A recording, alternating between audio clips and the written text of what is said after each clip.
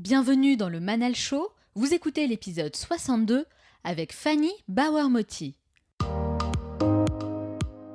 Y a-t-il une chose que vous avez toujours rêvé de faire, mais que vous n'avez jamais osé réaliser ? Moi, j'ai toujours souhaité créer mon propre talk show et en faire un programme inspirant avec des informations utiles qui peuvent améliorer la vie des gens. Une émission de qualité avec des invités de tous horizons qu'on n'a pas l'habitude de voir dans les médias traditionnels, mais qui ont quelque chose de spécial à nous apporter. Alors j'ai décidé d'aller à la rencontre de personnalités au parcours atypique qui ont vraiment travaillé dur pour concrétiser leurs projets et qui ne sont pas là pour nous vendre du rêve, mais plutôt nous enseigner ce qu'ils ont appris sur le chemin qui les ont menés à leur propre réussite. Ce n'est pas un simple podcast, c'est une école alternative pour toutes celles et ceux qui veulent continuer à apprendre semaine après semaine et se donner les moyens d'avancer. Le Manal Show, c'est votre capsule inspirante pour devenir la meilleure version de vous-même. La réussite et l'épanouissement personnel sont intimement liés à notre état d'esprit. Tout est une question de mindset. Et si cela vous paraît un peu abstrait pour le moment, vous allez découvrir tout ce qu'il est possible de faire pour maîtriser davantage vos pensées et changer votre perception du monde. J'ai souhaité vous apporter des solutions concrètes en invitant une véritable experte en psychologie, Fanny Bauer-Motti. Vous allez découvrir que notre passé joue un rôle essentiel dans la manière dont on perçoit les choses et comment des événements marquants peuvent créer des peurs qui se transmettent de génération en génération, tout ce que les rêves peuvent nous apprendre sur nos traumatismes, la manière la plus efficace de développer une certaine résilience et plein d'autres choses passionnantes pour arriver à changer d'état d'esprit et maîtriser davantage nos pensées. Dans la troisième partie, je retrouve Myriam qui sélectionne chaque semaine une conférence pour en extraire les meilleurs enseignements qui vont nous aider à améliorer notre vie au quotidien. Enfin, je terminerai cette émission en partageant avec vous les 3 conseils à retenir de mon entretien avec Fanny Bauer-Motti. Et n'oubliez pas, certains veulent que ça arrive, d'autres aimeraient que ça arrive et quelques-uns font que ça arrive. Alors soyez attentifs et faites partie de ceux qui font que ça arrive. Passez à l'action. Comme chaque semaine, j'ai sélectionné un message que vous m'avez laissé et que j'aimerais partager avec l'ensemble des auditeurs du Manal Show. Et cette fois, c'est Quentin qui nous dit « Bonjour Manal, étant étudiant en classe préparatoire, tes podcasts me donnent la super pêche. Que d'ambition et de bons conseils, une grande diversité culturelle, un enrichissement indescriptible. Merci pour le temps que tu donnes, j'en profite pour en parler autour de moi. Je te souhaite courage pour la suite, hâte d'avoir le prochain épisode. » Merci beaucoup Quentin pour ton message. Je suis très contente de voir que ce podcast peut t'aider et t'inspirer dans ce que tu fais. Tu as tout compris, le fait de partager le Manal Show autour de toi, c'est la meilleure manière de faire connaître ce podcast et d'en faire profiter un maximum de monde. Alors merci beaucoup et bien sûr, bon courage pour tes études. Si vous souhaitez vous aussi me laisser un avis, rendez-vous sur Apple Podcast ou votre application de podcast préférée. Laissez-moi 5 étoiles avec un message et je vous sélectionnerai pour la revue de la semaine prochaine. Alors soyez créatifs! Tout commence par une pensée et la clé de toute réussite est la connaissance de soi. C'est en partant de cette affirmation qu'elle a mis en exergue les problématiques les plus courantes chez l'individu pour nous aider à comprendre notre appareil psychique. Selon elle, le fait de développer ses connaissances en psychologie humaine permet tout simplement d'être plus serein et de construire une force intérieure essentielle pour s'épanouir. Son cursus universitaire est assez impressionnant, avec 3 masters différents et un doctorat. Elle a également travaillé pour différents organismes en France, à l'île Maurice et en Grande-Bretagne. Docteur en psychologie clinique et psychopathologie, psychologue, psychanalyste et auteur du livre Tout commence par une pensée, elle est avec moi aujourd'hui en duplex de Londres pour répondre à mes questions. Fanny Bauer-Motti, bonjour. Bonjour. Merci d'avoir accepté mon invitation. Merci à vous pour cet entretien. Alors Fanny, pourquoi vous faites ce que vous faites aujourd'hui ? Bon, déjà, je pense que c'est l'idée de transmettre des outils qui sont vraiment du côté de l'aide et de la force intérieure.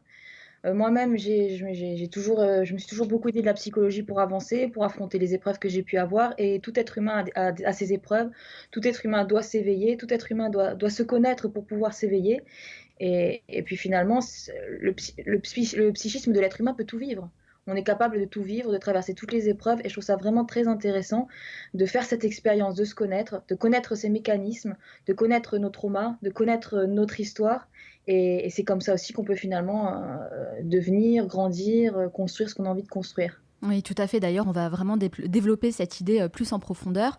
Est-ce qu'on peut dire que votre why, votre pourquoi, c'est vraiment la transmission, le fait de partager? Oui, c'est la transmission et c'est l'aide et c'est aussi le fait que j'ai grandi dans une famille où il y avait la psychologie, au centre de tout ce qu'on a construit et ma mère était psychologue psychanalyste, mais elle est morte et mon père Mmh. aussi était psychiatre, mais il est aussi mort. Donc mes 2 parents, sont partis, mais la psychologie m'a vraiment aidée finalement à traverser toutes ces épreuves-là. Donc j'ai vu du dedans à quel point en fait on peut tout affronter et en plus on peut en faire une force. Je pense qu'il peut y avoir des traumas qui peuvent devenir une source et que cette source après elle est sans limite et qu'on finit par, arriver à tout ce qu'on a envie de construire. Puisque la psychologie, c'est quelque chose qui peut accompagner, tant la réussite professionnelle que la spiritualité, que Oui, le lien vraiment dans s tous les domaines de la vie. voilà exactement. En tout cas, vous avez un très beau parcours, mais vous rêviez de quoi étant enfant? J'imagine qu'on rêve pas forcément d'être psy quand on est enfant. Non, c'est vrai que je c'est vrai que je rêvais pas forcément d'être psy, mais par contre, ça m'a toujours, paru être un métier, incroyable. Bon, je voyais ma mère partir, au travail et revenir toujours très lumineuse, toujours très éveillée de ce qu'elle vivait, parce qu'il faut savoir que la psychologie, c'est quand même un métier où on voit l'autre s'éveiller, on s'éveille avec. Il y a quelque chose de très mutuel dans ce métier. Donc c'était pas petite, c'était peut-être pas mon rêve. Mon rêve, c'était d'être écrivain. Bon, c'est aussi ce que je fais. Oui. Très rapidement quand même, ça s'est inscrit sur mon parcours. Je dirais que dès que j'ai fini mes études, dès que j'ai fini le lycée, je me suis orientée vers là parce que c'est pour moi un métier où on a son petit bout de liberté, de pouvoir dans le sens, aider l'autre à se développer sans avoir trop la société ou le carcan, par exemple d'une entreprise ou ce genre de choses autour de soi. On est très libre en fait dans la psychologie et du coup, à partir de là, j'ai vraiment l'impression de pouvoir faire, entre guillemets, ce que j'ai envie de faire sur la terre ou Oui, vous mon rôle. sentez que vous avez un réel impact, en fait, dans la vie des gens. Oui, enfin, je sais pas si c'est moi ou si c'est la psychologie, mais je pense effectivement qu'on peut vraiment impacter. Moi, je vois tous les jours de grands changements. En fait et du coup, on est vraiment dans un métier, et dans une pratique du côté du merveilleux. Je vois des personnes qui partent faire des tours du monde, qui se révèlent, qui se réveillent, qui construisent de grandes choses, qui se détachent, de leur prison intérieure. Donc je vois vraiment les gens grandir et s'éveiller. Je vois à quel point c'est possible. Donc vraiment, le métier de la psychologie m'a donné espoir en l'homme et parfois on peut être un peu, désespéré ou dégoûté quand on voit certaines choses dans la société. Mais quand on voit finalement l'individu dans sa singularité, quand on voit ce qu'il peut être et ce qu'il a en soi, en fait, on est plein d'espoir. Donc moi, je suis très confiante en l'homme. Alors, je le disais dans votre présentation, vous avez un cursus universitaire assez impressionnant. Vous avez un master en droit, économie et gestion, un master en psychologie, psychopathologie, psychanalyste, un master en journalisme et un doctorat en psychologie clinique et psychopathologie. Bon, ça va, je m'en suis bien sortie. Avec un parcours aussi riche, est-ce que vous cherchez à combler quelque chose? Je dirais pas que c'est combler quelque chose. Par contre, les études pour moi ont vraiment été une colonne vertébrale. Pourtant, au collège et au lycée, je faisais partie des personnes assez détachées du monde scolaire. J'étais plutôt, oui, bon, plutôt ce qu'on dirait, cancre ou quelque chose comme ça. J'étais pas très attachée au monde scolaire, mais j'ai toujours su que c'était très important. Mais une fois que j'ai fini ces études-là, et que j'ai rejoint l'université, je me suis vraiment passionnée pour les études et j'aime énormément étudier, j'aime beaucoup apprendre. Donc c'est quelque chose qui m'a toujours suivie et c'est même quelque chose que je continue, je me forme tout le temps. Donc finalement pour moi, les études, c'est une colonne vertébrale et c'est aussi un support pour la pensée. C'est quelque chose dans lequel on peut se structurer. Mais j'ai par exemple des proches qui sont totalement autodidactes, qui ont grandi sans études et c'est des sources d'inspiration aussi pour moi. Donc je pense que chaque personne a son parcours et a son canal d'inspiration. Et moi, les études, c'est vrai que ça a été quand même quelque chose qui m'a beaucoup, inspirée depuis que je suis à l'université. D'accord, mais alors quel genre d'élève vous étiez à l'école? Puisque vous utilisez le mot cancre, bon, ça veut dire quoi? Ça veut dire que vous n'aimiez pas forcément l'école, l'éducation au départ? C'est assez paradoxal finalement quand on voit votre parcours. J'avais un peu de mal avec les enfin, je fais partie des gens qui ont un peu de mal avec la structure, où il y a une hiérarchie, Oui, je où il y a comprends. un Mmh. cadre. Donc donc depuis assez jeune, j'étais quand même dans un rapport à l'école de je me sentais peut-être un peu enfermée. Moi, j'étais pas attachée comme aujourd'hui, à l'école en soi. À l'apprentissage, oui, mais pas à l'école en soi. Et puis aussi, je fais partie des gens qui sont dyslexiques, D'accord. qui que j'avais un autre rapport à l'apprentissage à ce moment-là de ma vie. Donc peut-être aussi que ça m'a donné un côté plus rebelle ou plus détaché de tout ce qui était, cadre et manière d'apprendre les choses telles que ça pouvait l'être à mon époque quand j'étais, à l'école. Oui, en fait, c'est le fond qui vous intéressait, mais vous aviez plutôt du mal avec la forme. Voilà, exactement. Et Ouais. encore aujourd'hui, les formes trop carrées, j'ai du mal. Mais encore une fois, ça dépend du chemin de chacun. Je pense que certains, ça peut leur faire du bien. Moi, j'avais besoin un peu j'avais besoin de me libérer, en fait. Mais à l'université, c'est tellement libre l'université que ça a été très différent. Et là, mon expérience a vraiment été de nager avec plaisir dans un océan de savoir. Ça m'a passionnée à ce moment-là. Je me reconnais tout à fait dans ce que vous venez de décrire. Vraiment, c'est la soif d'apprendre, vraiment de développer ses connaissances. Et c'est passionnant de pouvoir apprendre chaque jour. Mais c'est vrai que l'encadrement, la structure de l'éducation comme telle qu'on la connaît aujourd'hui, bah, ça peut paraître un peu trop fermé. Et vous parliez de liberté, c'est aussi une valeur que je partage et qui est très importante pour moi. Donc oui, je peux comprendre qu'on se sente très enfermé. Alors Fanny, vous avez écrit un livre, Tout commence par une pensée. Et vous dites que nous sommes tous capables de maîtriser nos pensées et de cultiver un état d'esprit positif. Tout est une question de perception. Alors comment on arrive à maîtriser ses pensées? Bah, déjà par connaître ces mécanismes intérieurs, donc tels qu'elles ont été théorisées dans la psychologie clinique, ce que je fais, donc en ayant un regard sur ces pensées. On n'est pas toujours en fait, on n'est pas toujours ce qu'on dit. Si vous êtes dans le doute, vous allez dire, quelque chose de vous qui est du côté du doute. On reçoit l'écho de notre propre pensée. Alors si par exemple une personne, elle a la névrose, de se sentir constamment, jugée, Mhm. sa manière de parler, dans son narratif, dans sa locution, il y a des mots, il y a une manière de s'exprimer, une manière de se dire, Ouais. qui va transparaître Elle et sera l'écho peut-être un que peu plus sur la défensive. voilà, par exemple, sur la défensive ou même sur une manière de se rabaisser ou ce genre Mm. de choses et du coup, ce qu'elle va recevoir, c'est l'écho de sa propre pensée et après, elle pourra continuer à dire: «Bah oui, tu vois, cette personne m'a jugé ou il m'a dit ci, il m'a dit ça». Elle va être dans ce qu'on appelle en psychologie clinique de la projection, alors qu'en fait, ce qu'elle reçoit, c'est simplement une forme d'écho. Donc moi, je pousse les personnes justement qui ont envie de mieux se connaître à faire bien attention à leur fil névrotique pour pouvoir avoir un impact sur leurs propres pensées et penser ce qu'elles ont envie de dire d'elles. Pour que Mhm. l'écho qu'elles reçoivent soit un écho positif et qu'à partir de cet écho positif, finalement, leur source de vie ou leur source de pensée soit un peu différente. En tout cas, c'est à nous de choisir notre perception, la manière dont on voit les choses. Mais on sait que dans les faits, c'est pas si simple. Dans la vie, il y a des hauts, il y a des bas. Et parfois, on doit faire face à des situations difficiles qui nous poussent à ressentir des émotions négatives. Alors comment on peut reprendre la main dessus et transformer ces émotions négatives en quelque chose de positif? Bah, déjà en se connaissant très bien et ça peut prendre du temps, mais c'est une expérience de vie qui est de toute façon du côté de l'éveil et qui est importante à faire puisque ça va être le début de tout, de la réussite, professionnelle comme, affective et se connaître bien, c'est savoir, justement nos failles.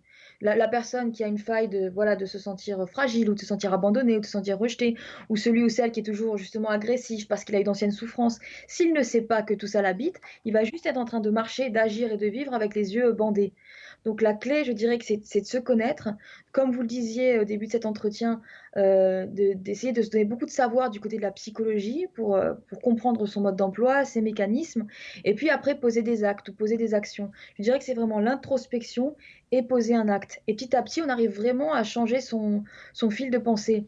Mais on peut pas changer du jour au lendemain, donc c'est vrai qu'une personne qui se sent constamment abandonnée, ça peut rester des années durant, mais une fois qu'elle a identifié d'où vient cette sensation d'abandon, qu'elle est revenue dans ses souvenirs du côté de la petite enfance, bah, finalement, on crée une autre habitude de penser. Parce que vous savez, le cerveau connaît très bien le chemin de la souffrance. Il répète et il répète et il répète jusqu'à que quelque chose vienne le stopper. Mais Et ce qui justement, vous savez, Fanny, on fait souvent allusion aux traumatismes du passé et surtout ceux liés à l'enfance pour justifier ou en tout cas expliquer les problématiques actuelles.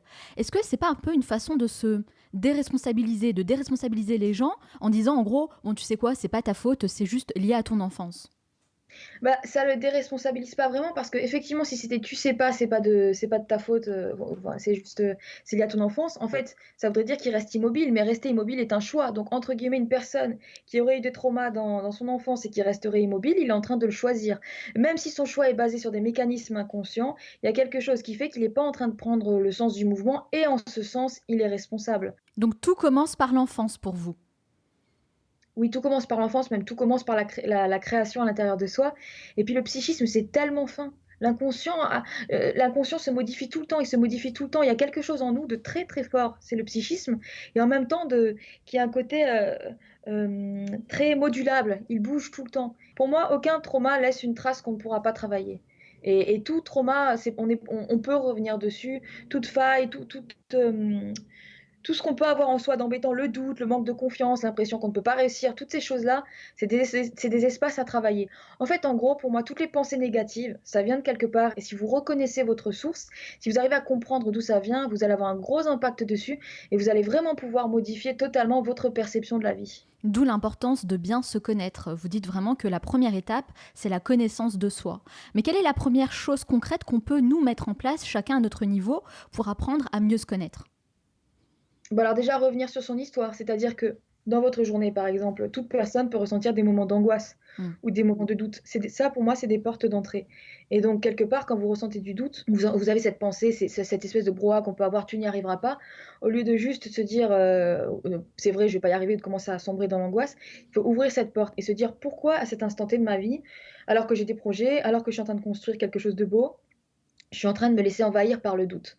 Là, donc, si vous ouvrez cette porte et que vous posez un pourquoi, vous allez trouver des comment.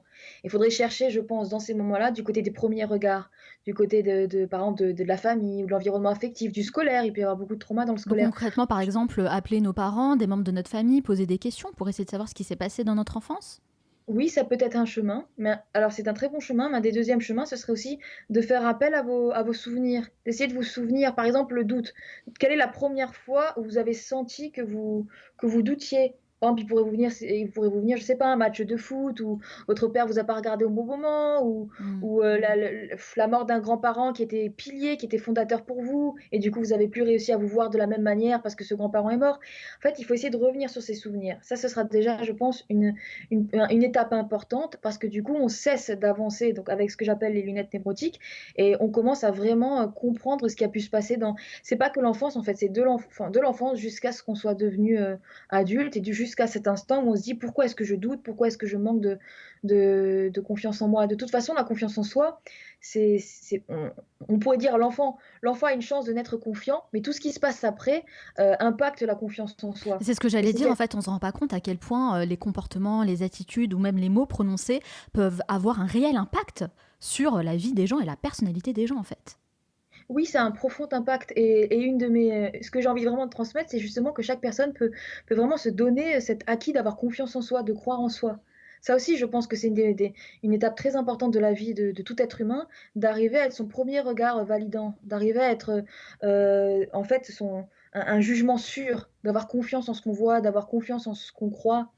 Mm. Et et et ça, bon, moi, je pense que parce que j'ai eu, hein, des grands-parents et une mère qui ont extrêmement cru en moi, ça m'a rendue très confiante. Je suis quelqu'un de très confiante. C'est ce qui fait aussi que je suis très résistante et que je suis très détachée. Et du coup, la confiance, le détachement et la résistance, je pense que c'est 3 valeurs qu'on trouve dans le fait de se connaître, mais qu'on trouve aussi dans le fait de se créditer, d'avoir de la valeur, de créditer son jugement, en fait, tout simplement de croire en soi et de ne pas rendre constamment le regard des autres tout le temps central. Et en plus, souvent, on se trompe. Quand on se sent mal jugé, quand on se sent mal vu, quand on a l'impression que les gens nous regardent d'une mauvaise manière, c'est souvent de la projection et c'est souvent faux. Alors Fanny, moi j'aimerais bien partager avec vous une histoire assez surprenante, vous allez le voir, et avoir votre avis là-dessus. Une personne m'a parlé de sa peur du cheval. Une peur vraiment maladive qu'elle n'arrivait pas à expliquer, mais elle avait jamais vraiment eu d'expérience traumatisante en fait avec les chevaux. En faisant quelques recherches généalogiques, elle a découvert que son arrière-grand-père était décédé d'une chute de cheval. Alors honnêtement, quand j'ai entendu parler de cette histoire, moi j'ai trouvé ça complètement fou. Est-ce qu'il est possible en fait que les traumatismes physiques et psychologiques se transmettent d'une génération en génération? Oui, totalement possible, d'ailleurs Jung dit, une phrase que je trouve très juste, il dit, qu'on est d'un âge immense et c'est vrai, je pense qu'effectivement on peut, on et je le vois et je le constate, on peut vraiment être, touché par l'histoire et les traumas de toutes les générations derrière nous, mais alors même pas que l'arrière-grand-père, ça peut être l'arrière et l'arrière-grand-père et en fait ça se comprend de manière facilement on peut le comprendre parce que si vous partez du principe que vous, votre psychisme comporte toute votre histoire, mais toute votre histoire comporte vos parents et vos parents, en eux, ils ont toute leur histoire et ainsi de suite. Mais dans Donc ce cas-là, Fanny, on s'en sort plus parce qu'on doit apporter les bagages de toutes les générations qui ont précédé. mais c'est pour ça qu'il faut passer par le fait de se connaître, soi-même pour trier un peu ce qu'on a dans notre, bagage. Mais Ouais. finalement, il y a aussi toute la dans ce bagage qu'on vous a transmis depuis des générations et des générations, il y a aussi la beauté de la force, d'un chemin, justement, d'avoir traversé des frontières ou de s'être battu. Il y a quelque chose de très riche dans les bagages générationnels, mais il y a aussi, les traumas. Mais vous voyez cette personne, elle peut-être qu'elle a réussi à retomber là-dessus par rapport à ses rêves. Par exemple, dans vos rêves, vous pouvez trouver, l'histoire de vos aïeux, vous pouvez même trouver l'histoire avec un grand H qui a traversé des générations avant vous, Mais dans ce un cas-là, il grand. faut savoir bien déchiffrer ses rêves, hein. C'est pas donné à tout le monde. Bah, ça, vous pouvez le faire en psychothérapie ou vous pouvez quand même vous donner là aussi, je pense qu'on peut s'indépendantiser du côté du savoir, se donner une certaine forme de savoir et pouvoir utiliser tous les outils qu'on a en nous. Et les rêves sont une forme d'outils qui permettent de finalement, là aussi, connaître son histoire. C'est vrai, donc les rêves peuvent nous aider à mieux nous connaître nous-mêmes. Oui, exactement. Mieux nous connaître nous-mêmes, mieux connaître, bah, juste comme vous le parliez, l'histoire de nos ancêtres, la manière dont ça nous a impacté. Quand vous êtes angoissé dans une journée, ou pas bien, ou que vous sentez que vous avez des blocages, regardez vos rêves la nuit et avoir un certain savoir pour pouvoir les interpréter, ça va toujours vous aider à comprendre ce qui se passe. C'est super intéressant. Donc il faut être beaucoup plus attentif à nos rêves. Enfin, en tout cas, quand on arrive à s'en souvenir. Donc l'idée, Oui. c'est quoi? C'est d'essayer de se réveiller juste après le rêve pour écrire ce qui s'est passé, essayer de déchiffrer ça plus tard. Oui, mais en fait, votre cerveau n'enregistre pas tous vos rêves parce qu'il se dit qu'il n'en a pas besoin. Quand on ne travaille pas sur ses rêves, le cerveau fait son devoir de cerveau et puis il enlève un peu ce qui est inutile. Mais aussitôt que vous commencez à travailler sur vos rêves, ça va vous rester comme une matière et cette matière, vous allez pouvoir, l'utiliser. Donc soit vous faites ça avec un psychologue, par exemple, soit Mhm. vous apprenez à pouvoir, analyser vos rêves et puis, du coup, ça devient vraiment, la voie comme le dit Freud, la voie royale de l'inconscient et vraiment, on trouve des choses incroyables qu'on ne sait pas de soi-même. Donc, quand je vous parlais de la question des angoisses dans une journée et du rêve, si vous avez des angoisses la journée et que la nuit, vous faites un rêve qui pour vous, vous paraît à 1000 lieues de concerner vos angoisses, eh bien pourtant, il y aura quand même un lien. Il y aura C'est très toujours. intéressant en tout cas d'avoir cette information pour être beaucoup plus attentif à nos rêves. Et je vous invite vraiment à regarder ce qui se fait au niveau des rêves lucides. C'est assez surprenant et même fascinant parce qu'il y a des personnes qui arrivent vraiment à influencer leurs rêves. Visiblement, ça fonctionne. Personnellement, moi, je pense qu'il faut mettre en place des habitudes quotidiennes pour nourrir notre esprit de choses positives. Par exemple, cultiver une certaine gratitude en écrivant chaque jour 3 choses positives dans notre vie. Est-ce qu'il y a une habitude que vous avez, vous, mis en place de votre côté et qui vous aide à rester positive? Oui, je pense que c'est une forme de visualisation, une forme de. C'est un espèce de jardin spirituel qui pourrait aussi être une visualisation positive. On peut le voir de différentes manières. Donc, ce que moi je fais, c'est que dans ma méditation, je me suis créé une imagerie avec des paysages qui me ressemblent, des couleurs qui me ressemblent, et j'ai mis des personnes qui comptent pour moi. Et donc, je rentre dans cet espace, on va dire, quand je fais ma méditation quotidienne, et je prends du temps à, par exemple, imaginer mes doigts dans le sable, parce que pour moi, c'est une plage où je ressens le soleil. Et en fait, je pense que la méditation ou la visualisation d'imagerie positive, c'est vraiment quelque chose qui apaise l'âme, qui apaise le cœur. Et débuter sa journée par ce type de visualisation, c'est une habitude que je pense très positive et qui peut vraiment aider beaucoup de personnes. Donc, vous méditez. Comment vous méditez et combien de temps par jour? Alors moi, personnellement, j'ai adapté ma manière de méditer, donc c'est quelque chose de très personnel. Je médite à peu près 10 minutes par jour et donc j'ai fait cette imagerie. Et ce qui est très intéressant, c'est que finalement, ça impacte aussi nos rêves parce que vous allez voir que quand vous méditez en vous créant une imagerie, vous pouvez le retrouver dans vos rêves, ça Mhm. peut vous venir d'une certaine manière, donc c'est une forme de refuge de la pensée. Alors parfois, moi, je me dis que à trop vouloir théoriser les choses, on reste bloqué sans jamais passer à l'action. Est-ce qu'il ne faudrait pas justement simplement agir sans trop se poser de questions? C'est vrai, mais comme l'action a quand même à voir avec la pensée, on a besoin de s'analyser et de se comprendre pour pouvoir poser les bonnes actions. Donc moi, je suis pour une approche dans la vie, multiple. Vous me parliez avant des habitudes. Une autre des habitudes que je pense très importante, c'est Oui, le sport. oui. Parce que finalement, on est corps et âme, nous sommes des êtres corps et âme. Et quand l'âme va mal, le corps peut aider l'âme. Et quand c'est le corps qui va mal, l'âme va aider le corps. Donc c'est très important, je pense, d'être en mouvement du côté du corps et du côté de l'âme. Donc tout analyser sans jamais passer à l'action, ça pourrait devenir un enfermement. Mais tout analyser et comprendre à quel point on devient capable de passer à l'action, c'est là où ça va devenir vraiment une liberté. et une C'est libération. vrai, c'est vrai. Mais c'est important de le souligner parce que vous savez, aujourd'hui, on s'intéresse de plus en plus au développement personnel. Beaucoup de personnes prennent beaucoup de temps justement pour lire des livres pratiques là-dessus, regarder des vidéos, des conférences, etc. Donc, dans un sens, je dirais qu'ils arrivent à développer leurs connaissances, mais elles ont encore du mal à passer à l'action, à vraiment agir pour apporter du changement dans leur vie. C'est possible, mais il faut aussi se dire qu'on est des êtres temporels. Donc en fait, on change avec la mesure du temps. Et vous voyez même par exemple ce que vous faites là, la question des podcasts. Moi, je vois que dans ma clientèle, beaucoup de personnes écoutent des podcasts et vraiment ils évoluent avec ça. Ça veut dire que nos nouvelles générations très numériques, par exemple, passent beaucoup de temps quand même à écouter des choses qui les concernent, à écouter des choses pour évoluer. Vous disiez devenir une meilleure version de soi-même. Je pense que ça, c'est très central chez nos générations Hmm. et celles qui viennent. Donc, la question du changement, elle passe par la lecture, elle va passer par l'écoute, elle va passer par l'apprentissage, mais ça peut mettre du temps. Alors, peu importe qu'une personne mette 10 ans et après un déclic, ou mette un jour et s'y mette vraiment, l'important, je pense, c'est de garder en tête qu'il faut avoir un moment donné où on va se lever. Il faut qu'il y ait un moment donné où on se dit je passe à l'action. Mais comme nous sommes des êtres temporels, on ne peut pas se détacher du temps et chaque personne a un temps qui lui est propre. Moi, je constate souvent qu'il y a des personnes, ça peut mettre quand même parfois des mois à ce qu'il y ait un premier déclic qui fasse qu'ils changent vraiment leur manière de vivre. Et il y en a d'autres, ce sera extrêmement rapide et ça dépend aussi des traumas, de qui on est et de ce qu'on a traversé.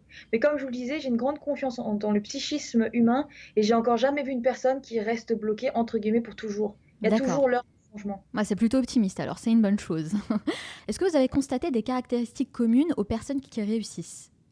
Oui, bah, la confiance en soi, déjà.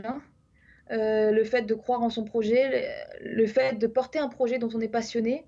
Donc je constate que les gens dont le point de départ c'est il faut que ça marche, ça va marcher, je lance ça parce que ça doit marcher, vont être plus dans l'angoisse et ça marchera moins qu'une personne qui se dit j'ai à cœur de transmettre ça, j'ai à cœur de faire ça, ou ce business, ce produit m'intéresse vraiment, et va lancer son projet branché à la passion. Un autre point des gens qui réussissent, je pense que c'est la résistance.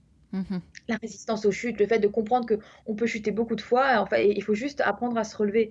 Mais de toute façon, moi, je fais partie des gens qui ne croient pas en l'échec, parce que je pense que tout échec, en fait, c'est juste un instant T de la vie, mais après, ça peut devenir la plus grande des réussites.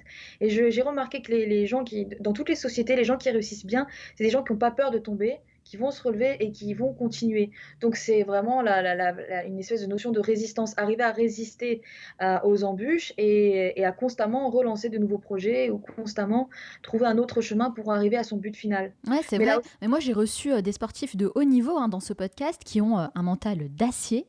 Et j'ai constaté qu'ils ont un point commun, c'est cette faculté à se mettre en danger. Plus c'est difficile, plus ils vont y aller. Ils cherchent pas forcément la facilité, mais plutôt, ils sont plutôt dans le dépassement de soi. Oui, c'est vrai. Alors, je constate moi aussi ça avec les sportifs que je peux avoir dans ma clientèle. Je pense que le sport donne un mental très fort, Mm. mais aussi ça apprend à ne pas donner sens à, entre guillemets, l'échec. C'est-à-dire que par exemple, quand il y a un match de boxe qui n'est pas réussi ou un but qu'on ne marque pas, comme il y aura un prochain match, il y aura de prochaines opportunités.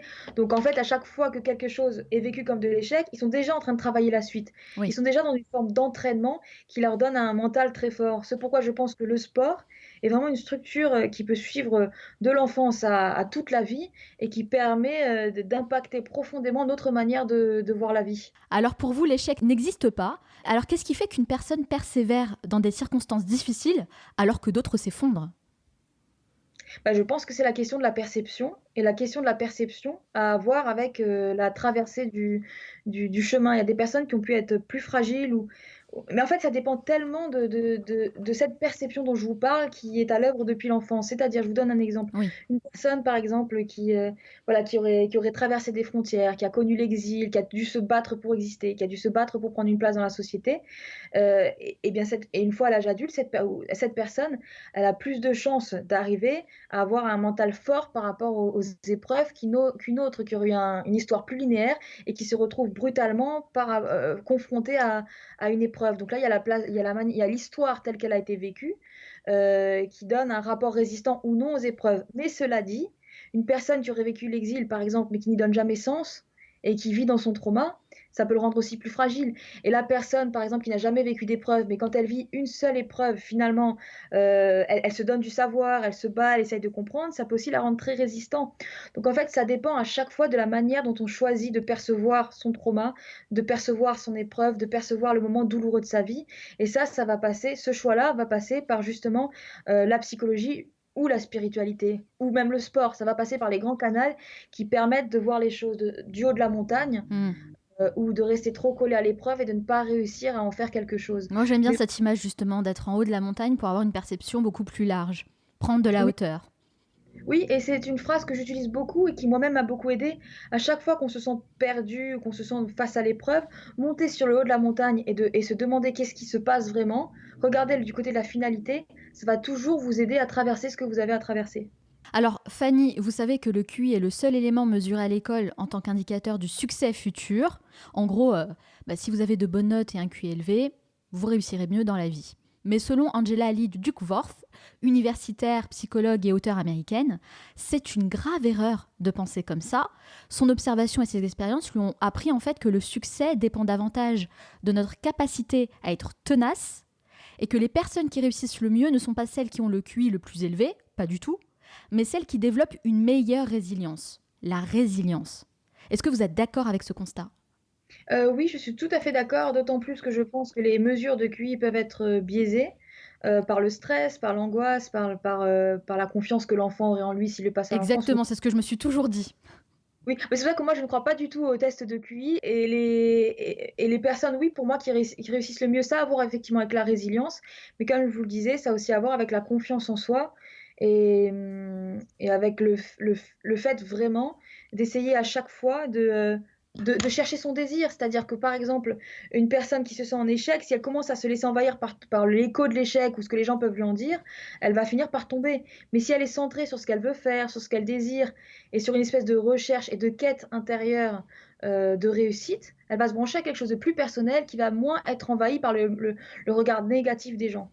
Ouais. Donc effectivement, je rejoins tout à fait la psychologue que vous m'avez citée.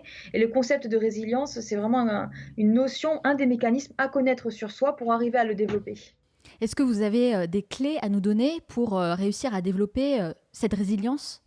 Bah, c'est toujours les mêmes clés, hein, le fait de se connaître très bien, de chercher les traumas dans le monde scolaire et aussi peut-être de comprendre qu'on a eu des enfermements inconscients.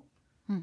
Justement dans tous les premiers cadres qu'on a eus, donc là je citerai encore le cadre, scolaire et qu'on nous a appris à voir la vie, d'une certaine manière, le bon, le mauvais, celui qui réussit, celui qui rate, celui qui est bien noté par le prof et ben quelque part il a réussi, celui qui sera mal noté, il a mal réussi. Même la question de la réorientation scolaire, pour moi est très problématique parce qu'on réoriente des personnes qui sont très jeunes, qui ne sont pas encore appris à se connaître vraiment et en fait on crée des drames alors que c'est des personnes qui pourraient très bien réussir, plus tard. Donc Mais c'est pour vrai qu'on moi, parle beaucoup, Fanny, des personnes qui ont eu, soi-disant, de mauvaises notes à l'école. Mais il y a aussi, effectivement, les élèves qui ont toujours eu de très bonnes notes, qui ont toujours été vus comme de très bons élèves par les professeurs, mais qui plus tard ont du mal à affronter les échecs, qui ont du mal, en fait, à les encaisser et à les comprendre, parce qu'ils ont toujours été dans la réussite. exactement, vous allez voir que souvent leur impression d'échec ne sera pas reliée à du vrai échec, ce sera relié à le regard de son boss qui lui aura dit une certaine réflexion ou de ne pas être pris à un entretien de quelque chose qu'il voulait faire. Donc en fait, c'est même pas des échecs, c'est juste là, ce qu'on nous disions avant, la porte qui se ferme, mais une autre s'ouvrirait. Mais comme tout d'un coup, ils sont confrontés à un non, ou ils sont confrontés à une critique, ben, ça les déstabilise complètement parce qu'ils ont, quelque part, ils ont construit leur identité sur le fait de travailler, recevoir une validation. Travailler et Recevoir recevoir une une validation. validation, exactement. D'où l'intérêt de devenir son propre organe validateur et qu'en premier lieu, même si on peut être très content que les choses soient bien reçues ou d'être vu de manière positive, il faut en premier lieu avoir une image de soi qui soit très solide et très positive. C'est passionnant en tout cas, et plus je parle avec vous, Fanny, plus je me rends compte à quel point c'est important en fait de se remémorer ce qui s'est passé dans notre enfance, d'essayer de Oui. comprendre notre histoire, d'où l'on vient, et vraiment d'avoir cette vraie connaissance de soi, mais pas simplement à l'instant T, vraiment de faire ce travail en fait d'introspection et de revenir dans le passé pour comprendre certaines choses. Oui, et comme je dis souvent, pour moi, la psychologie est vraiment un voyage. Donc, c'est un chemin que vous faites une fois, mais après, vous n'aurez plus jamais à repasser aux mêmes endroits. Ce qu'on connaît est acquis pour toujours. Donc, c'est comme vraiment Ouais. voyager à l'intérieur de soi, se découvrir, et c'est jamais répétitif. C'est un voyage à faire en soi. Vous pensez que c'est quelque chose qu'on doit faire, tous les jours, toutes les semaines, tous les mois? Comment ça fonctionne en fait, quand on est comme ça un individu qui a envie de d'avancer dans la vie et de mieux se connaître? On doit se faire accompagner par un professionnel, avoir des rendez-vous, réguliers, tous les mois? Bah, ça dépend de ce que vous de la manière dont vous avez envie de prendre ce chemin et de faire ce voyage. Si vous passez par la psychothérapie, ou la psychanalyse, c'est vrai que ce sera par exemple un rendez-vous par semaine ou toutes les 2 semaines où vous cheminez en vous et puis après ça bouge à l'intérieur de vous, ça le chemin continuera. Mais si maintenant vous avez envie de faire ça de manière seule, je pense qu'on peut passer par l'écriture. Mmh. Donc écrire vos pensées, c'est quelque de toute façon, on le sait, c'est quelque chose de thérapeutique, c'est même du côté de la neurobiologie, ils l'ont confirmé à quel point ça modifie notre rapport au monde. Donc ça passe passer par l'écriture, écrire son histoire ou écrire ses pensées, mais tout simplement prendre du temps avec sa propre pensée. Donc nous parlions de la méditation, mais ça peut être un temps qui suit la méditation. Vous pensez à votre histoire, vous pensez à ce que vous avez, traversé, vous pensez aussi aux belles choses de votre histoire. Ça donne quand même beaucoup de force d'avoir conscience de ses racines, d'avoir conscience de ce qui a été beau dans tout ce qu'on a traversé. Donc prendre du temps pour repenser à son histoire du côté des points positifs, mais aussi ne pas être aveugle du côté des points négatifs. Et quand je vous disais que c'est pas un chemin répétitif, c'est que c'est pas chaque jour se dire j'ai vécu ça, c'est douloureux, et puis alors on en vient à j'y arriverai pas. C'est j'ai vécu ça, voilà pourquoi je suis en train de penser que là je suis pas à la hauteur, donc c'est de la névrose, donc je traite pas ça comme de la pensée, je traite ça comme de la névrose, et puis je fais le pas d'après où je me libère de tout ce carcan-là. Ouais, c'est d'avoir vraiment une approche très pragmatique en fait et de mettre de côté, toutes nos émotions, qui pourraient, biaiser un petit peu notre réflexion. C'est Oui, juste avoir se faire un constat, l'écrire et se dire: «OK, maintenant je comprends pourquoi je réagis comme ça».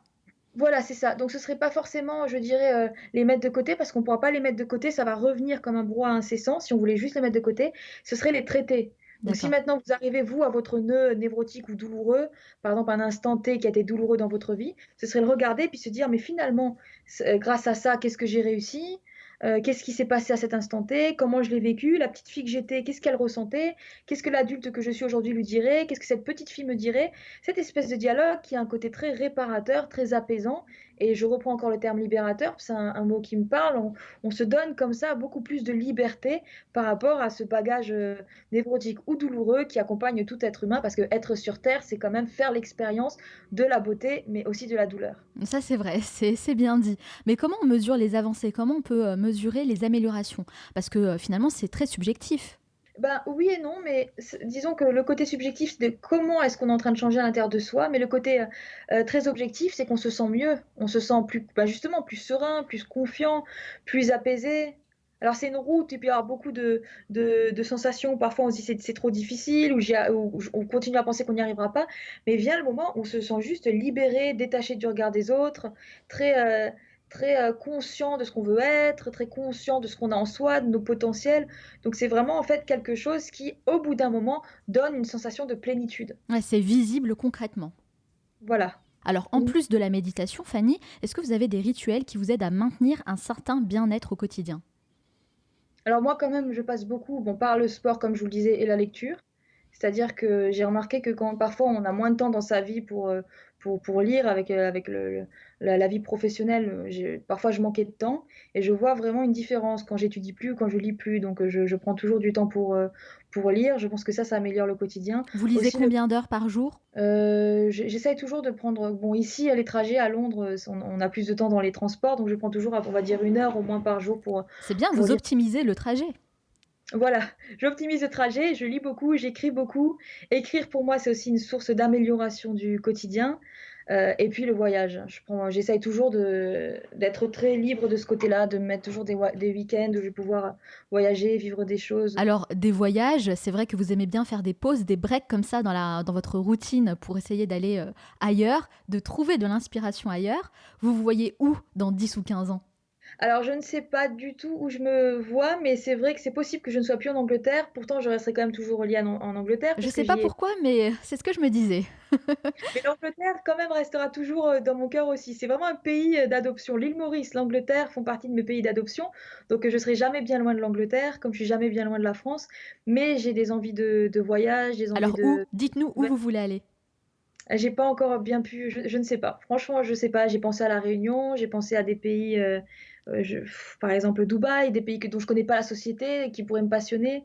Parce que quand je Ouais. reste très longtemps à un endroit, après j'ai une soif de connaître d'autres choses. Est-ce que vous êtes Mais pour blasé après? pas blasé, Mais ça me manque le moment où on est dans une société qu'on connaît pas du tout Ouais. et où on essaie de tout réapprendre, on connaît Cet on enthousiasme et cette ouais, excitation du début, en fait.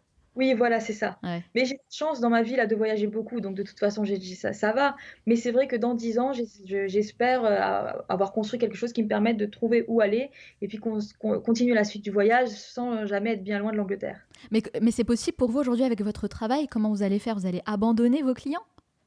Non, non, j'abandonnerai jamais mes clients. Mais c'est comme à l'île Maurice, j'ai continué à suivre mes clients de l'île Maurice, des années durant et là, j'ai encore des clients de l'île Maurice. Aujourd'hui, avec Skype, avec tout ce que la technologie permet, on Oui, n'est bien jamais sûr. loin. Oui. Donc je ferai partie des gens qui n'abandonneront jamais personne. Donc ceux qui doivent continuer leur route, on le fera d'une autre manière. Ouais, j'imaginais bien que de toute façon, vous mettiez en place des sessions sur Skype. Aujourd'hui, avec le digital, on peut tout faire. Vous êtes, ce qu'on peut dire, une vraie digital nomade. Voilà, on peut le dire comme ça. Alors Fanny, j'aime bien finir mes interviews avec 3 conseils pratiques et facilement actionnables pour aider toutes les personnes qui nous écoutent. Donc Fanny, quels sont vos 3 meilleurs conseils pour changer de mindset et arriver à maîtriser davantage ses pensées? Un des premiers conseils serait de nourrir sa confiance en soi. Donc vraiment essayer chaque jour d'avoir conscience que quand on est en train de mal se regarder, de se déjuger, d'avoir des mauvaises pensées par rapport à l'environnement, on est en train de produire une vraie action qui va vraiment, induire toute la suite de la journée du côté négatif. Donc c'est à chaque fois se dire faire l'effort d'être un miroir positif de soi et de chercher à se construire une image qui permette de se sentir solide, confiant, fort mentalement. Donc certains, ils parlent d'affirmation de soi, affirmer des choses positives. Je pense qu'effectivement, par les mots, on peut arriver à se construire une image meilleure. Ça peut être aussi juste par la pensée, mais au moins avoir conscience que tous les matins, essayer d'avoir une posture confiante par rapport à sa vie et par rapport à soi, ça va améliorer la suite de la journée et donc la suite de la vie. C'est clair Le parce qu'on deuxième parle beaucoup de bienveillance, on demande aux gens d'être bienveillants envers les autres, mais moi je pense que la première étape, c'est de savoir être bienveillant envers soi-même. Et c'est ah oui, vraiment ce qu'il y a de plus compliqué. ah oui, je suis tout à fait d'accord avec vous. Je pense qu'il faut avoir une forme de bienveillance. Vous dites bienveillance ou douceur, effectivement, je pense qu'il faut avoir de la bienveillance et de la douceur par rapport à soi-même Mm. et que ça aussi, ça va rendre, la personne beaucoup plus confiante avec elle-même. Alors, deuxième conseil? Alors le 2e conseil serait du côté effectivement du corps et de l'âme, que nous sommes des êtres corps et âme et qu'il faut toujours essayer de penser que nourrir son âme, c'est nourrir son corps, c'est nourrir son âme. Donc nous parlions ensemble du sport. La question du sport ou de la méditation ou de quoi que ce soit qui mette en vie le corps et qui donne du bien-être au corps va aider votre âme. De même, apaiser son âme, essayer de faire des choses de ce côté-là, pour impacter le corps, va vous aider à avoir un mental beaucoup plus fort. Ça va vous rendre beaucoup plus résistant. Donc, avoir vraiment un rapport à soi corps et âme, du côté du développement personnel accompagné par le sport, ça va là aussi changer le mindset et puis quelque part orienter la route de façon aussi beaucoup plus positive. Alors, mettez-vous au sport. Et enfin, troisième conseil? 3e conseil, ce serait de faire confiance au temps. Le temps n'est pas quelque chose qui nous tue, au contraire, le temps est quelque chose qui nous aide. Le temps nous éloigne des épreuves, le temps nous aide à avancer. Donc si vous n'arrivez pas à faire quelque chose à un instant T, c'est peut-être parce que vous devez y arriver demain ou après-demain ou dans quelques mois. Donc il y a une vraie temporalité aidante à l'être humain et il y a une temporalité qui est du côté de l'éveil, c'est-à-dire qu'on peut avoir besoin de temps pour s'éveiller et on ne sait pas ce qu'on va vivre jusqu'au moment où on va se sentir mieux, mais c'est peut-être des éléments extrêmement importants. Donc ne jamais désespérer. Si vous vous sentez rater quelque chose, ne pas réussir quelque chose, ayez bien conscience que le temps est là pour vous détacher de cette impression de non-réussite et vous rapprocher de la réussite. Merci beaucoup Fanny, c'est vraiment d'excellents conseils, mais j'avoue avoir une vraie préférence pour le troisième conseil, hein, la relation au temps. C'est vrai, on se met une pression et un stress incroyable, on est toujours dans cette envie de faire plus dans la productivité, dans la performance, et puis le fait de déstresser, de se dire que finalement c'est le cheminement, c'est la démarche qui compte et que si ça n'arrive pas tout de suite maintenant, c'est parce qu'il y a peut-être une raison derrière et que Oui. faut laisser le temps au temps, comme on dit. Bah ça, c'est vraiment un super conseil qu'on n'a pas forcément l'habitude d'entendre. Donc merci beaucoup Fanny. Et ce n'est pas totalement fini. À la fin de chaque interview, je pose une série de questions rafales. Il faut répondre le plus spontanément possible, hein, sans trop réfléchir.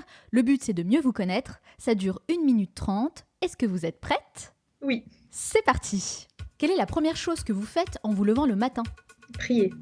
Quelle personne admirez-vous le plus? Mon grand-père. Quelle est la chose dont vous êtes le plus fier? Les épreuves que j'ai, affrontées et la manière dont j'ai pu les transformer, en force. Quelle valeur est la plus importante pour vous? Alors j'en ai 2, désolée, l'amour et la résistance. Pour vous, quelle personne incarne le mieux le mot réussite? Ma mère. Quel a été le moment le plus marquant de votre vie? Toutes les séparations que j'ai eues dans ma vie, puisque j'ai beaucoup eu la mort, sur mon fil de vie, qui ont sur le moment été douloureux, mais après se sont transformés, comme je vous le disais, en très grande force. Quelle application utilisez-vous le plus? WhatsApp, Quel livre offririez-vous en premier? L'alchimiste de Paulo Coelho. Quel est l'endroit où vous aimez aller pour vous ressourcer? Tous les endroits qui ont à voir avec la nature. Qu'est-ce qui vous agace le plus chez les autres? L'ignorance, l'injustice, le jugement. Quelle est votre Madeleine de Proust? Quelque chose qui vous rappelle automatiquement votre enfance. Une musique, de la Résistance qu'écoutait mon grand-père et qui s'appelle Bella Ciao. Ah oui, Bella ciao, ciao, ciao, bien sûr, tout le Ouais. monde reconnaîtra. Quelle est la mauvaise habitude dont vous aimeriez vous débarrasser? Avant d'écrire, je passe beaucoup de temps à, justement sur les réseaux ou à regarder des articles qui m'intéresseraient pas forcément. Donc c'est une espèce de procrastination que j'ai avant d'écrire qui m'agace parce que je pense que ça me connecte pas au meilleur de moi-même. Donc ça, j'aimerais arriver à changer cette habitude. Quelle est la chose à laquelle vous croyez et que les autres considèrent comme une folie? Et je pense, réellement qu'on peut changer le monde en prenant le temps chacun de changer son petit espace et de construire quelque chose de meilleur. Donc j'ai peut-être un côté, très utopiste, mais bon, j'y crois. Si vous disposiez de 100 euros et pas un euro de plus, dans quoi les investiriez-vous? Je pense que je les donnerai à quelqu'un qui en a besoin et qui pourrait en faire quelque chose d'important. Quel est le meilleur conseil qu'on vous ait donné? De travailler pour être libre. Quelle est votre plus grande peur? Que les miens souffrent. Qu'est-ce qui vous plaît le plus dans ce que vous faites aujourd'hui? Pouvoir aider les gens, transmettre et être dans une activité qui transforme à la fois mon monde intérieur et à la fois le monde intérieur de ceux que je côtoie. Et ce qui vous plaît le moins? Je peux pas aider autant que je l'aimerais en termes de temporalité. Quelle est la dernière chose que vous faites avant de dormir? Prier. Merci beaucoup Fanny Bauer-Motti d'avoir répondu à toutes mes questions et d'avoir partagé vos précieux conseils. Alors, prenons quelques minutes. Je vais faire un petit peu la psychanalyse de Fanny. Parce que je constate que finalement, c'est un exercice plutôt difficile pour vous de donner des réponses courtes et surtout quand il s'agit de questions un peu personnelles. Je me trompe ? J'aime beaucoup parler, donc c'est vrai que mes réponses sont rarement courtes. Et puis après, pour la question du personnel, bon, c'est parce que je fais un métier où on n'a pas l'habitude effectivement d'aller du côté de tout ce qui est mon intimité. Et donc, voilà, effectivement, il y a des espaces où je n'entre pas. Et si on veut en savoir davantage sur vous et sur ce que vous faites, où peut-on vous retrouver ? On peut me retrouver sur ma chaîne YouTube où je mets justement certains outils de la psychologie. On peut me retrouver sur ma page Facebook ou sur différents réseaux sociaux où je prends l'habitude de m'exprimer régulièrement. Alors bien sûr, moi je partage de mon côté toutes les références sur le site lemanalshow.com. Merci encore Fanny, je vous souhaite beaucoup de succès dans tous vos futurs projets. Merci beaucoup à vous, c'était un entretien très intéressant. Salut Myriam. Salut Manal. Comment ça va? Je suis extrêmement heureuse de te retrouver aujourd'hui. Et puis en plus, je vois que tu as mis ton super t-shirt extra positive. Yes, j'ai pensé à vous aujourd'hui. Je me suis dit qu'on allait être raccord avec le thème de la journée. Donc voilà. C'est génial. Alors, quelle conférence tu as sélectionnée pour nous aujourd'hui? Aujourd'hui, je vous ai concocté un petit papier sur une conférence de Vanessa Edwards qui nous apprend que nos émotions et notre body language est complètement contagieux. Donc en gros, aujourd'hui, je vais vous parler de virus, d'infections et voilà, de transmission. Alors, le thème, c'est pas Doctissimo. Ah, le thème, d'accord. c'est vraiment le Manal Show, ne vous inquiétez pas. Mais là, l'idée, c'est vraiment d'apprendre à mieux communiquer à votre entourage et surtout à communiquer de good vibes. Alors, la première étape, ça va être d'essayer de maîtriser au maximum notre langage corporel pour essayer d'être feel good au quotidien. Mais avant de vous donner ces quelques tips, Manal, j'ai une question pour toi. Oui, Alors, je sais que tu as toujours une petite question pour moi au J'ai début. toujours une petite question pour toi. Ça Alors crée vas-y, je t'écoute. Alors, quelle est la première chose que tu regardes chez quelqu'un que tu rencontres pour la première fois? Ah, bonne question. Est-ce que tu t'es déjà... Écoute, moi je suis très à cheval sur la propreté, sur l'hygiène. Donc on va dire que je regarde beaucoup l'aspect général pour voir si tout est clean. Tu vois, les mains, les cheveux, les dents, voilà. Sinon ça me dégoûte. Les mains, les mains, les mains. On tient un truc. C'est Manal, vrai ? parce que voilà, tu fais partie de ces personnes qui regardent les mains en premier lieu et ça concerne la majorité de la population mondiale. Alors C'est vrai pourquoi les mains ? les mains, c'est super important parce que c'est elles, en gros, qui indiquent nos intentions et elles accompagnent surtout notre parole. Par exemple, cacher vos mains derrière votre dos peut intriguer ou mettre la personne avec qui vous discutez dans un état de mini-stress. Elle se demande quel est votre objectif, quel est votre projet, en gros. Et puis, il faut savoir que dans nos actions au quotidien, on communique beaucoup à travers les mains. Taper dans nos mains pour annoncer une prise de parole ou tout simplement saluer quelqu'un pour annoncer qu'on arrive en ami. C'est super important et c'est la chose que l'on fait le plus naturellement au monde. Bon, nous, on en a longuement parlé avec Sylvia Brégé du body language, c'est dans l'épisode 34. Nos gestes en disent bien plus que nos mots. Exactement. Et là, on va apprendre à transmettre le bon virus. Sachez que votre attitude est très éloquente. Par exemple, échanger un sourire dans la rue, chantonner, peut avoir un effet positif sur les personnes qui vous entourent. D'autant plus que certains humains réagissent, enfin tous les humains, pas certains, réagissent beaucoup par mimétisme. Oui. Je vous propose par exemple de passer par une petite expérience. Essayez de vous arrêter dans la rue, de fixer un point imaginaire et regardez comment les gens réagissent autour de vous. Il y a quasiment une chance sur deux pour que les personnes s'arrêtent et suivent la trajectoire de votre regard. Le mimétisme est super important et super influent sur les gens qui nous entourent. Évidemment, la deuxième façon d'être un peu feel good et de transmettre les bonnes vibes à votre entourage, c'est tout simplement en menant de bonnes discussions, en parlant. Alors, je ne sais pas si ça vous arrive, mais moi, il m'arrive souvent d'avoir des conversations un peu banales avec les personnes que je rencontre pour la première fois. Je leur demande comment elles vont, je leur demande ce qu'elles font dans leur vie et je leur demande, par exemple, d'où elles viennent.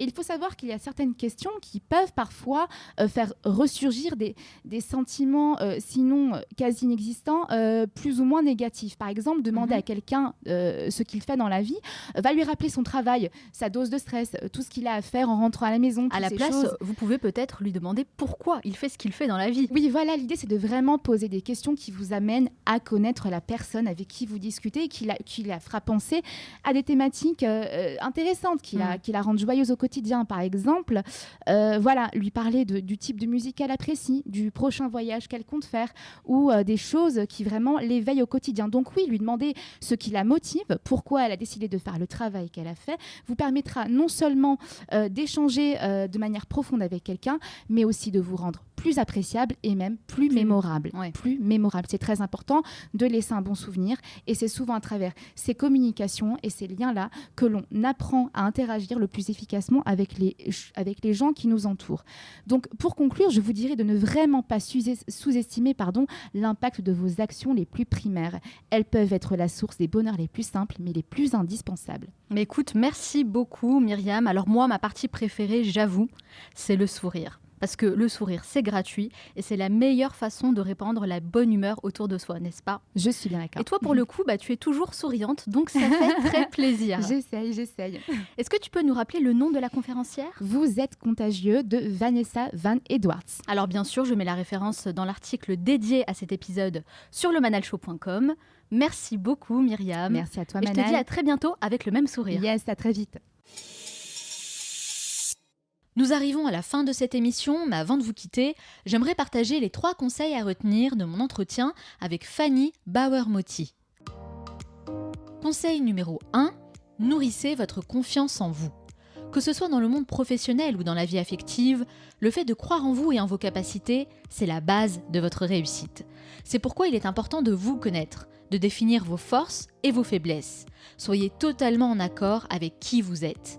C'est clair que la confiance en soi, c'est quelque chose qui se travaille tous les jours, par de petites actions qui peuvent paraître anodines, mais qui sont vraiment très importantes. Voici quelques pistes pour vous aider. Sachez prendre des décisions, même si elles ne sont pas toujours bonnes, mais au moins ça vous apprend à trancher, à faire des choix. Soyez sûr de vous et affirmez votre leadership. Soyez à l'écoute de vos désirs et arrêtez de vous focaliser uniquement sur vos besoins. Car lorsque vous êtes dans le désir d'obtenir quelque chose, eh bien là, vous vous mettez dans une énergie positive. Et enfin, travaillez sur votre posture, votre manière de communiquer et de vous présenter. Observez autour de vous les personnes qui vous inspirent et faites en sorte de développer à votre tour un certain charisme qui gonflera votre confiance en vous. Conseil numéro 2, nourrissez votre corps et votre âme. Le sport est un excellent moyen pour y parvenir. Nous avons plusieurs exemples de sportifs de haut niveau dans ce podcast qui ont réussi à développer un mental à toute épreuve et ils ont toute cette capacité à connecter leur corps et leur esprit. Résistance à la douleur, dépassement de soi ou encore discipline, le sport permet de développer des qualités essentielles pour changer notre perception du monde et surtout de nous-mêmes.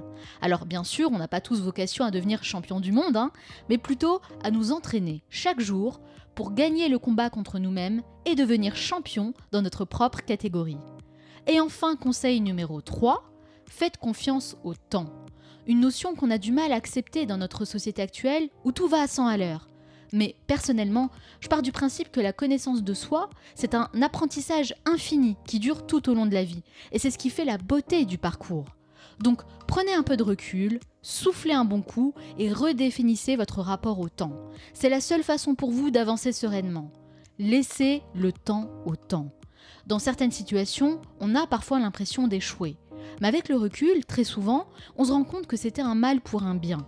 Derrière chaque épreuve se cache un bienfait. C'est une philosophie de vie qui apaise et qui nous pousse à relativiser pour se focaliser sur le positif.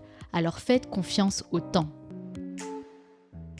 J'espère que cet épisode vous a plu. Si c'est le cas et si vous ne l'avez pas encore fait, vous pouvez soutenir ce podcast de 2 façons.